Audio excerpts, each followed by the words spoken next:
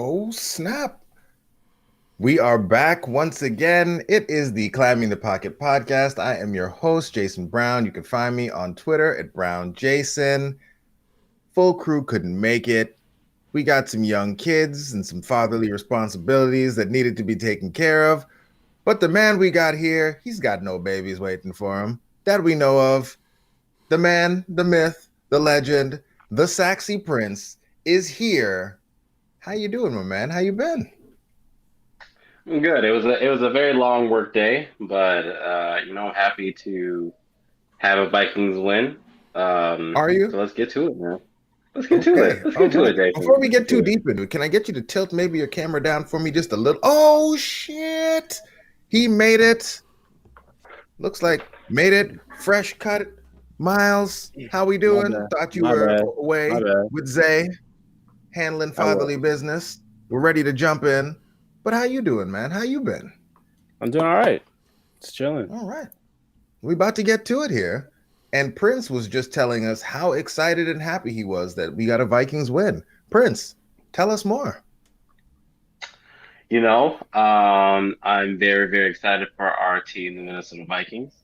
I think we came out flat very, very, very early.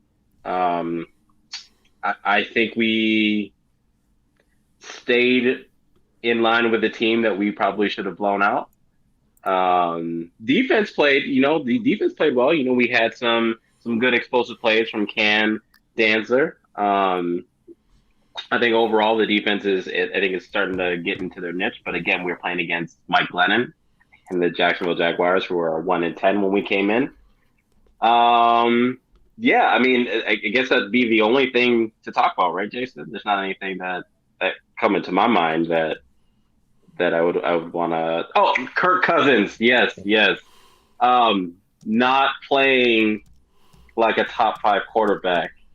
Not playing horribly. I'm not going to say that he played horribly, but not a top 5 quarterback, right? And here's the thing: are we gonna do this every single week though? Is this gonna be like every single week? Myles, you gotta let me finish. Man. What I'm gonna say is I'm not as down on Kirk as one might think. Because at the end of the day, he's gonna have games where it's gonna start off where he isn't playing well. my expectation is that by the end of the game is we see a better quarterback. It matters more so what he's doing in the fourth quarter, last couple minutes of the game, than it does what he did, the first, 30 minutes. So I don't think it was his greatest game. I think probably it's maybe statistically his second worst game probably of the season. Stats were okay, but a lot of them came at the end. Honestly, I don't think that he played that bad when you look at it, and the team got a W, and in part because he played well at the very end of the game. So I don't really have very many gripes against him besides, like, yeah, he did play like lemon booty specifically in the beginning of the game, but I think he played like the quarterback that you guys say that he is, more so that when it mattered at the latter half. Though I don't feel like the game should have been close at all. But that's my 2 cents. There's a lot there was a lot that was in there. It was if you're going by traditional statistics, it was a middle of the road-ish game, passer rating of 99.5, 300 yards, 3 touchdowns, 1 interception, completion percentage a little bit lower than we're used to seeing from Kirk Cousins at 65%. But yeah, I don't think anyone watching the game in the beginning was feeling super comfortable about how Kirk Cousins was playing. When you get into some things like PFF, yeah, it was a grading process more so than the outcome. It was not scored as one of Kirk's best games of the season. What I'll disagree with him with what you said is that I would much rather my quarterback just play well early so we don't have to worry about what's going on later on. But, maybe Kirk was just out here trying to crush yet another one of your narratives, because I think we get to chalk another one of these up as a game-winning drive for Kirk Cousins here. So Kirk coming through clutch in the end, destroying yet another, narrative that has been written about him by the Saxy Prince. So don't want every week to be a referendum on Kirk Cousins. Matt Collar actually wrote a pretty good piece on his site about why you kind of get this referendum every other week on Kirk, because he is an up and down player. I think if we just accept that's what he is, we can kind of move on from that and not necessarily have to do this every week, because he's the quarterback. The team's playing well enough now where we're not getting any of the other quarterbacks. The team is likely not moving up to get anybody. Kirk's the guy. He's here. They're going to try to build around him. So let's move on from that conversation and maybe talk about what's going on with the people that we do have here. So, Myles, they did not look good. They played quite poorly, came out very flat against a Jacksonville team to start this game. What did I say last week? You pretty much called it this was going to go down. And they didn't do it. Like, they won the game, so of course that's what the most important factor at the end. The end result is they won the football game. How they got there is frustrating as hell, though. And yeah, Anthony's talking about the handout. Shout out to Anthony. Hey, fact. Hey, he's not wrong. Clutch handing off right there. Hey, when you're worried about your kicker, that too, man. So. Like Yinka talked about, the defense does seem to be coming together a little bit. There is still some spotty play. Like they obviously gave up the game tying touchdown drive and the two-point conversion, all that stuff. They let Mike Glennon do some fluky shit that they shouldn't be letting happen. But overall, there's one positive, one negative for the offense from on Sunday that I liked and did not like. So I'll start with the did not like, because then I'll transition to the like. What I didn't like, again, is what we saw this against the Panthers. They just got lucky they got lucky to win that game too. The offense giving the other team opportunities. The turnover by Kirk Cousins and then the fumble by Dalvin. Like, 2 unacceptable situations. And I know we talk about if they're going to throw more, I think we talked about this in 2018 especially. If they're going to throw more, there's going to be more turnover-worthy opportunities for teams, because that's just what happens, when you throw the football. But that wasn't Sunday. Sunday wasn't one of those situations where, oh, man, we got to be careful, so we're putting ourselves in these dangerous situations. No, that was just being a little careless. They just were off, and you could see it to start the game. The first half was that way. But so what I want to see, because they have 4 games left. 2 of those games are against good football teams. they can't play that type of way against those two good football teams and expect the outcomes that we've seen. And the outcomes we've seen in these last 2 weeks have been close outcomes against bad football teams. So imagine what that if they make these mistakes against good football teams. So that's the negative I have on that part. The positive is I touched on is when they're not able to run the football as effectively as what they've been able to do in the past, we've seen this team struggle to pass. Well, at least, again, another one of those scenarios where the run game is so, but they're able to kind of hit some explosive plays. Justin Jefferson, Adam Thielen, had some explosive plays. I mean, Justin Jefferson's playing like a dog right now, and so we need it. Like it's one of those situations where Justin Jefferson's carrying this passing offense without Irv Smith gone.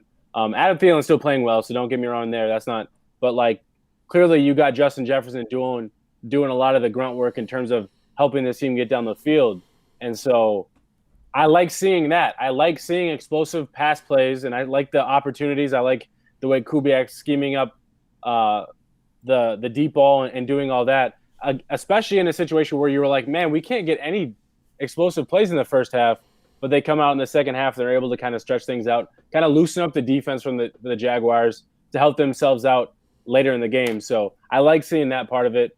So yeah. What's up, Prince? You raised your hand, so I feel like I have to give you your piece now. Oh, I was just agreeing with Myles as far as what Justin Jefferson has been. I hesitate to anoint him as wide receiver one, just because Adam Thielen I think is still balling out as well too. But it's hard to see the things that he's doing on the football field.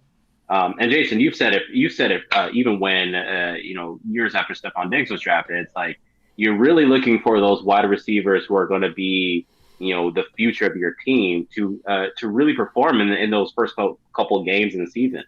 And yeah, so Justin Jefferson wasn't what he is now, but we're already starting to see it. We saw that same thing with Stephon Diggs, like that KC game, that Denver game. We knew who Stephon Diggs was from a very early part of his career. So it's very, very encouraging to see him meet and exceed some expectations that we had from him. I know we all wanted to be cautiously optimistic, but I think it's time for us to be okay with just saying like, yo, this is a really, really dope wide receiver that we have who is going to be one of our faces of the franchise for years to come.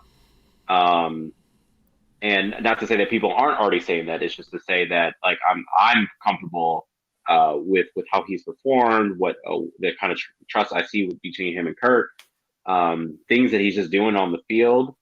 I still miss Stephon Diggs, but man, is he making it hard to flip over to those Buffalo games? Hey, for real though, what I want to touch on too is with Justin Jefferson. What's really impressive about what he's been able to do, kind of like what we saw with Stephon Diggs as a rookie, was they didn't really get a lot of opportunities to start the first few weeks of the season. But what's even more impressive to me with Jefferson is the last. They played 12 games now. The last 10 games, he's essentially he's on pace to break the rookie record for receiving. But and I know you could talk about eras and all that stuff and how we're in an era now where throwing's more common than it's ever been. But the Vikings don't fit that narrative. They're not a part of that. The Vikings aren't a part of that. We throw the ball 60% of the time, 65%. They're not that. That's not who the Vikings are. Obviously, in certain situations, when you're in garbage time, that stuff happens. But overall, in neutral game script, the Vikings want to run the football. They want to be a 50-50, maybe even 60-40 run to pass type of team. And Jefferson's still putting up these types of numbers, and he's on pace to break the rookie record on a run-heavy offense. In a run-heavy offense, to me that's even more impressive than I think it's even getting credit for, because you don't see that very often. We harped I'd say go ahead. Yeah, I'd say the only thing that has me maybe saying to pump the brakes a little bit on really all the offense this year is just how bad all the defense everywhere across the NFL has been. So Justin Jefferson is balling. He's very, very good on tape. I think it's very clear that what he's doing is something that will translate and continue to be good. I just with everything, like we were talking to Eric offline, and I think also kind of before we started recording a podcast a couple of weeks ago, and he's saying that even just from like the stuff they're doing at PFF where they track, the overs, all those numbers are way higher this year than they've ever been, and the actuals that are coming in are way higher across the entire league. So it's one of those things where I expect Justin Jefferson to continue to be good. I also wouldn't be surprised if next year we see a bit of regression because of how good he's been in the environment that he's in. He's taking advantage of what he's supposed to. And I think what's super nice to see about the whole thing is that as the season has come along, he's continuing to get a larger and larger and larger share of the Vikings, not just yards, but air yards and attempts and targets. In the beginning, it was very, very, very, very Thielen heavy. And you can see that Thielen was very often the first read in pretty much every progression for Kirk when he dropped back. But you're seeing now as the season has started to move along and the Vikings are starting to understand what they have. You're seeing a lot of the things that I think, Myles, you were asking for last season when you had a Stephon Diggs here, where move him around in the formation, run plays just to get him involved, get him going. And so from that perspective, and just the way the Vikings pass game has been kind of set up right now, we basically are just funneling all our targets to the people we should be funneling them to. Yep. Adam Thielen, Justin Jefferson. Right now, if you look at it on airyards.com, between the two of them, they're commanding 39 and 36% of all the intended passing yards in the Vikings offense. And then, there's nobody else that's a wide receiver over 10. That's fantastic to me. The only thing I would want is maybe next year get another awesome receiver so you can throw him in the mix and Chad Beebe and BC Johnson can not have to play on offense. But the way we're running it and the way we're focusing the targets to our best players, fantastic. More of that. Yeah. And yes, 100%. It does make the pain. Makes the pain far less, If we can, it's on Monday night. We'll flip over, see how Diggs is doing, give him his props. Once again, going in, making another quarterback a lot better than people thought he was before Diggs got there, much like they did with Case Keenum. But it looks like this really and truly turned into one of those win-win trade scenarios at this point. If we're evaluating right now, we'll see how things go as we pull things forward. Loved it. But Yinka, you mentioned Cam Dantzler. And so, Myles, I wanted to get your take. What are you seeing from the outside defenders from the Vikings? Because obviously early in the season when things were going really poorly, there was a lot of spotlight on those guys for how they were playing. Yep. And a couple weeks ago, we were talking about Gladney and how he was really progressing and coming along. Last week seemed to be the coming out party for Cam Dantzler. What are you seeing from him? And then I guess maybe talk to me about how you see that translating against a different type of test that we're certainly going to face when we line up against the weapons that Tampa Bay is going to be bringing to us. Yeah, well, I mean, to start with Dantzler this week, I mean, it's not like DJ Chark's a slouch either. So that was impressive. Like what Dantzler's able to do. Like, I think we haven't been able to see a cornerback affect the game that way in terms in what, since 2018, 2017 even, in terms of that kind of high impact at the cornerback position. Like Xavier Rhodes at one point was a lockdown cornerback. That was kind of more what I'm referring to. Like, and then you add on top of that the turnovers. That's even more impressive because you can go into a game and shut a receiver down. That's impressive in itself. But if you can also shut receivers down and create turnovers, all right, now you're in a whole new ballpark because now you're also helping your team score points and put points on the board and do all that. So for me, like that's what the most impressive part is. You can see the confidence in Cam Dantzler, like that you weren't seeing early in the year, and like that was expected. At least the hope with the expectation is as the games progress, as these guys get more opportunities to play, the game's going to start slowing down at some point. If they're the type of guys that are going to progress, or at least that you would hope to progress. And Clifford made a great point. That was the first interception by a cornerback this whole season. Like, that's crazy. I mean, the linebackers have done a really good job. Harrison Smith's done a good job with that. But, like, the cornerbacks see a lot of targets. So for them to be able to turn one around into an interception, that's impressive. And then, Dancer having the wherewithal to punch the ball out. I don't remember who the receiver was. Was it Chart? I don't remember off the top of my head, but it doesn't matter. He was able to, force a turnover, a forced fumble, and then recover the ball. So again, that you saw what we talked about last week and last few weeks with Gladney is you're starting to see some of that the impact, but you're also starting to see some of that confidence. You start seeing that with Dantzler at the type of skinny body, really thin frame. He's a guy that you'd expect to get pushed around a little bit from more bigger physical receivers. That didn't happen on Sunday against Jacksonville, against bigger physical type receivers too. So you like seeing that. You like seeing that a lot. He's mirroring receivers in their routes. He's understanding what the route concepts should look like and how he should defend them. That just, again, goes back to confidence. And my assumption is working with Zimmer and the DB's coach, I think is Jones, and just kind of all getting on the same page of how this defense can work and how they can really be effective. And so that's the most impressive part to me with Dantzler is, especially with the head neck injury he had, coming back and being as effective and as confident as he's been able to be. That's impressive. And, you hope to see it going forward. I mean, like you talked about, they're going into Tampa Bay against arguably the best trio in the league of receivers, and that's going to be that's going to be difficult. Dancer's going against, up against a guy like Mike Evans on the outside. That's, he's one of the better deep receivers in the league, all around receivers in the league. Probably one of the more underrated guys too. Just because, he's also paired with Chris Godwin, who's, brought his ascension since last year. So they're gonna have some fits. I think what's gonna be even harder for the DBs this week is they don't have the type of pass rush. They're gonna have to create pass rush for themselves to get the ball out of Tom Brady's hands quickly. Because if you let Tom Brady sit, he's gonna pick you apart. But the one thing we do know, so what I do expect from Zimmer this week with that is more blitzes, because what we do know is Tom Brady wants to get the ball out quickly. He wants to make quick, decisive decisions. And so if that means throwing the ball deep quickly, he's going to do it. So they're going to have their hands full, but I think if they can get creative in finding ways to create pressure, that's going to be important. It's going to be really hard to create pressure against this team, though. I mean, the way they operate, we just don't have the guys to do it. Like, you got a banged up Eric Kendricks.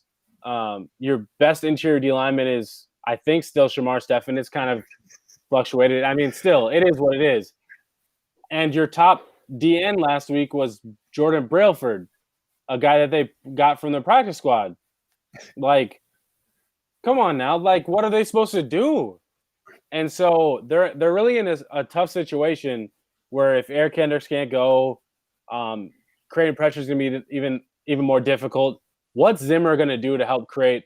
They're going to have to put Harrison Smith near the line of scrimmage a little bit more, because he's going to turn into Jamal Adams now, where he's going to be our best pass rusher. Like, they might have to do that. So what is the most effective way they can impact Tom Brady while also still helping out their cornerbacks? I don't know. They're going to have to leave their cornerback on an island. You're the defensive coordinator. You tell me what you're going to do, because Myles just said a couple things there. He said that Tom Brady wants to make quick decisions. He wants to get the ball out quick, and we know that if you give Tom Brady too much time, he's going to pick you apart. So, Yinka, I'm curious to how you'd go about this. Are you going just full out trying to heat Tom Brady up every opportunity you get, or are you going to do some of what Zimmer does when he's really in his bag in some of these games, and he starts to really mix those coverages and try to get the opposing quarterbacks to really have to think about things post snap? Given the way the defense has been playing over the last little bit, albeit against lesser competition, what are you expecting from Zimmer? Are you expecting him to pull out some of those exotic coverages and maybe try to trick a Tom Brady and make him, make some mistakes because he has to think a bit more than usual? Or are you just saying, screw it, Gladney, Dantzler, whoever the hell it is we're putting on the other side, you just need to match up on the dude in front of you, because we're sending heat after Tom Brady and we're going to try to get him to move off his spot? What are your thoughts, Prince? What do you do? We might have to have Justin Jefferson and Adam Thielen play both ways, because we gonna need all the help that we can get. No, I am definitely not. This is not a game, honestly, that Zimmer is going to want to try to be throw as much complicated schematic things at Tom Brady as possible. Honestly, he's been in the league for 20 plus years, or about 20 years. There's nothing that we're going to throw at him that he hasn't already seen. I do think that you're just going to have to match up. You're going to take you're going to get burned, right? I think the best option the Vikings have is you're going to have to rush 6 constantly to try to get something on Brady and frustrate him. That also means a lot of man coverage too. But that honestly, that's the only way that I see us winning this game, because I feel like you sit in the zone, Brady will pick it apart. You try to, schematically maybe rush Harrison Smith over to the line and pull him back last minute. Like Brady, it just feels like he's expecting all those things, and he's already building into his game plan the checks that he'll need to make sure that they're going to be able to get out all those situations. So I'm just going to send the heat as often as I can. And yes, it means that Gladney and Dantzler and co are going to be on an island. And honestly, we don't have a choice, to be honest, because you're going to get picked apart by Mike Evans. You're going to get picked apart by Chris Godwin. You might get picked apart by Gronkowski. Well, you will get picked apart by Gronkowski. And if those don't work, you still have Gopher native Tyler Johnson, who can still make. You forgot Antonio Brown too. Did you forget Antonio Brown? Child, you guys are not making this any easier. So I honestly, I'm trying not to be disheartened by this game going forward, but they just have Did David many really weapons. Put Cameron Brate up on the screen? I was just about to put say Cameron Brate on the screen. Hey. He said, but at the end of the day, he's about to go off, huh? He will. Honestly, this will be the game that Brate will go off too. It won't be anybody else. It won't be anybody else. It won't, exactly. So I'm saying send the heat. Try to see if he can slow down. Try to see if he can slow down Brady. That's all I have as far as his game plan. And I'm sure Zimmer knows that. But we'll see what happens on Sunday. All right. So I'm gonna ask you the question, Prince. Who's the player that we're not thinking about right now? Who's gonna show out in this game if the Vikings are gonna win? Who's the player? Because we're going in. This is really one of the best tests we're going to see on the season. If you're looking at things from like a DVOA perspective, Tampa's 3rd overall. If you're looking at things from a PFF ELO standpoint, they're a little bit lower there. So DVOA says they're the best team that we've played all season. PFF says that's probably Green Bay, but it's a toss-up. Either one you're looking at, they're better than we are, according to those numbers. Who's going to do something unexpected for the Vikings for us to come out with this victory? Oh, that is a tough one. CJ, come on, CJ. If we weren't so banged up, I would have a couple of guesses. But the funny thing is I would not be surprised, and I'm only throwing it because we talked about this before. I would not be surprised if this is from our Stephen game. I would not be surprised if something weird happens, and he is the guy that he is the guy that wins this game for us somehow. Switch goes off. Don't ask me. Fat man touchdown is what Prince is calling. Yeah, we're getting exactly. Something's going to happen with Smart Stephen this weekend that is going to be our key to victory. You heard it here first. Ooh, I like it. I like it from Clifford. I do too. Clifford's coming out with the takes today. Coming in hot. I love it. And Carl, you asked a question a little bit ago. Didn't want to make you feel like we forgot that one, but I'm going to go with yes. Justin Jefferson stays healthy. He is going to be a guy who's pushing 1,000 yards season over season over season over season. The only thing would stop him is maybe Mike Zimmer and the offensive philosophy. But outside of that, I think it's pretty well a lock that he's going to get those yards year over year. Myles, kind of an opposite side of a similar question here. Who is the player on the Bucs that absolutely is giving you fits, keeping you up, making you worried? The one guy that we need to make sure doesn't take over this game and blow things up for the Vikings? All of the above? No.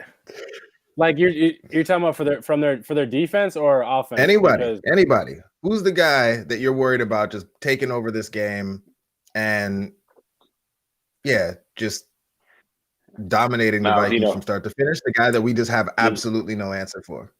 You have the answer to this, Myles. Well, it's probably in the trenches, the interior. I mean, Ndamukong Suh and I don't know who the other Vita Vea, right? Or is he hurt? I don't know. But this defense, no, I think he's hurt. But either way, the Tampa Bay Buccaneers are an elite run defense, or if they're not elite, they're really good. They don't give up the run, and it's obviously hurt their pass game because that's just put teams out to decide to pass more often. I think the Vikings are a stubborn type of team where they're going to be so focused on making sure that they run. They're actually third in the league. I think this came up on Twitter earlier. I think Eric posted it. The Vikings are you talking about the Bucs defense? Yeah, they're probably first in the league against giving up the run. The Vikings are the type of team that want to continue to try to run the football no matter who it's against. And going in this, to me, that's the biggest impact. The Vikings offense needs to take a page out of the Rams book a few weeks ago. The Rams, what was that, Monday night? They went out to Tampa Bay or they might have been home. I don't care where it was. They decided we know that they're really good against the run and they're going to overpower us against the run. So we're going to come out and we're going to throw the ball. We're going to run a lot of jet sweep type motions and do what we do there, but we're going to throw the football. And it worked. Robert Woods and Cooper Kupp went off in that game. Well, we have better receivers than Cooper Kupp and Robert Woods. I don't like both those guys, but we have better receivers than they do. Why we should be doing something similar to that. We should be watching that exact game and saying, how do we attack the edges of this Bucs defense and how do we exploit them down the field? Like, they have good defensive players. Antoine Winfield Jr. They got Carlton Davis, who's playing well. Sean Bunting Murphy. They have good defensive backs, but they can still be attacked. And so what I want to make sure of is the Vikings are deciding, hey, let's go out and let's attack that defense. Let's go attack them with Kirk Cousins and say, hey, Kirk, this is your time, man. Hey, this is what we're going to do. This is what our game plan is going to be. We can be a better version of what the Rams did with the weapons with the wide receivers we have. And so let's go out and do it. So to me, that's where the biggest impact comes from. I think it's always going to be offense. You're always going to have to score points. You're not going to this team isn't going to miraculously give up less than 20 points to this Tampa Bay Buccaneers offense. So you got to score points. You got to outpace them. Well, how do you outpace them? Well, you get some explosive plays in the pass game and you decide to let Kirk Cousins cook, as what people are trying to say, right? So let him go. And if you lose, it is what it is. But in my opinion, in this type of game, you don't have any other option because the run game, use Dalvin Cook too. Use Dalvin Cook in the pass game. And I think they've started to do that a little bit more the last few weeks. Do it even more. Let him, put him out in the slot. Run him jet motions. Get him out on the edges because get Dalvin Cook the ball. You should be getting him the football, but make sure you're doing it a little bit more of a creative way and you're making sure you're doing it in the pass game too, not just trying to run the ball and do this. Well, we got to make sure we establish a run and that's the only way we're going to win. No, that's not what this type of football game is going to be. So, figure it out that way. All right. So Myles is we got to open it up. We got to open it up early and we just got to go out there. We got to score points. If we're going to win, it's going to be a shootout, but we can't be doing what we sometimes seem to want to do, which is try to lose as slowly as possible. It's pedal to the metal. I mean, hey, that sometimes feels like what we're trying to do out there where we make it hard on ourselves. Run game isn't working, but Dalvin still needs to get 32 touches this game because I don't know, Justin Jefferson is having a great game, but Dalvin still needs to get these 32 touches in this game because I don't know. I guess he has to, or they'll be upset with us. You have to pay him more money. They usually move him back. You have to pay him more money, Jayson. What? You have to pay him more money if you don't give him the 32 touches. It's in his contract. So yeah, probably. All right. Well, this is it. Let's wrap this thing up. We're gonna bring it home here, Prince. I'm getting you pinned down on this. what is your score prediction and your bold prediction for this game? Clifford, they've done it a few times. The Vikings lose 34-17. Bold prediction is there is a touchdown in each phase for the Bucs. Each phase? Goodness. Mm-hmm. Good. You sure it's only going to be 34-17 if that happening? They won't need to do more. Damn. So what you're telling me is you're definitely you're taking Tampa and the points this week. If you were I had betting Mike Evans on my fantasy, so. Oh, Bro, I understand. This playoff parlay Prince about to hit up, huh? Like special teams touchdown, offensive Miles, defense. don't I base you this week? I don't know, probably. Okay. I'm reigning champ. You can't beat me. Oh boy, hubris. My team's trash right now. So. All right, Miles. They're same all thing trash right now. Score prediction, bold prediction. What you got for us, man? Also, Jerome in the house. Rome. This one's hard because I want to be more optimistic. I'm trying to be more optimistic, like I used to be. This team's broke your heart too many times, Miles. Stop. Oh, stop! I'm not chill. Oh no, it ain't all that. I'm gonna say 37-30. 37-31 Buccaneers. Bold prediction. The Vikings. I don't know. The Vikings get a special teams touchdown. I think that's as bold as, I mean, that's super bold. That's super bold. Just to be contrarian, I'm gonna say the Vikings win the shootout. So I'm gonna go with let's say 38-24 Vikings. The bold prediction is the storyline coming out. Kirk Cousins outplays Tom Brady. MVP, baby. And folks start trying to put Kirk Cousins in. And the even bolder prediction, Kirk Cousins gets MVP votes before Russell Wilson. Hey. Actually, it's not that. People don't like the vote for it. You know what's even funnier is if that happened, Jayson, and Kirk comes out and balls out like that, Yinka gonna come in here and say, yeah, but yeah, but you're right. Who's the top 5 though? All right. Well, that is it. That is all. We have made it through yet another episode. Viewers, thanks for sticking with us. We love the comments. Listeners, thanks for listening. You should be viewers too. So come on over to YouTube. Check us out while we do this thing live. And we'll be back. Vlogmas continues.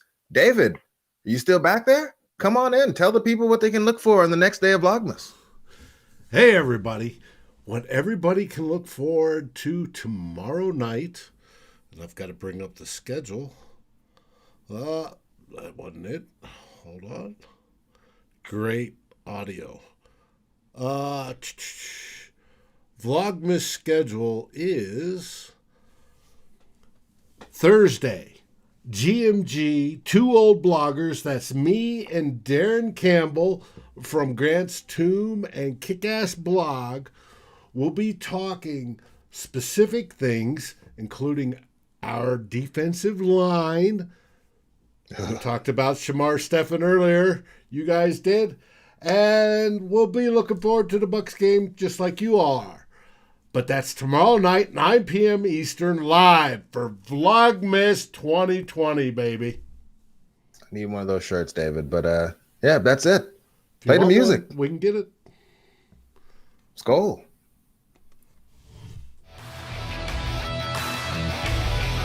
Thank you for watching or listening. As always, if you like, subscribe, and ring the bell for notifications. And if you're listening to the podcast, please rate us on your favorite aggregator. SKOL, everybody.